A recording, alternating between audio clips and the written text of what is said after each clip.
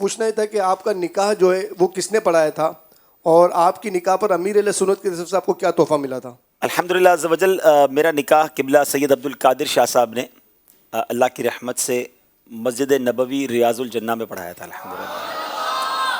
اور چلے ایک اور سعادت بھی اس دن ملی تھی. شاید اب تو بڑا مشکل ہو گیا، پہلے اتنا رش نہیں ہوتا تھا تو ہمیں یہ آسانی مل گئی تھی. 17 رمضان تھی، یوم بدر تھا، اور ریاض الجنہ میں الحمدللہ نکاح ہوا. اور امیر اہل سنت کی طرف سے یوں تو بہت سارے تحفے ظاہر ملتے ہیں، شفیقی اتنے مہربان اتنے، مگر مجھے ایک کہتے ہیں نا کچھ چیزیں یاد رہ جاتی ہیں. تو الحمدللہ جب ہم نکاح کے لیے جا رہے تھے تو امیر اہل سنت سے بات ہوئی کہ وہاں مدینہ شریف میں نکاح ہوگا. تو امیر اہل سنت نے میری جو مہر کی رقم تھی وہ بھی 313 روپے تھی. تو 313 روپے امیر اہل سنت نے فرمایا وہ میں اپنی طرف سے دوں گا. تو وہ مہر کی رقم امیر اہل سنت نے عطا فرمائی تھی. اور جب ہم وہاں سے واپس آئے اور یہاں آ کر شادی وغیرہ ہوئی تو شادی کے دوسرے دن جو ولیمہ تھا وہ بھی امیر اہل سنت کے گھر پہ ہوا تھا الحمدللہ.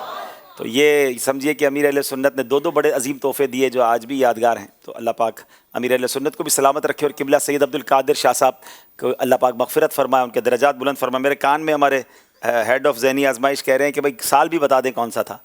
تو مجھے جو یاد پڑتا ہے 1994 غالباً تھا جس میں میری شادی ہوئی تھی. تو چلیں، بہت شکریہ. آپ نے سوال اب کچھ کوئی چیز چھوڑیں گے یا آپ ساری باری باری کر کے پوچھ لیں گے؟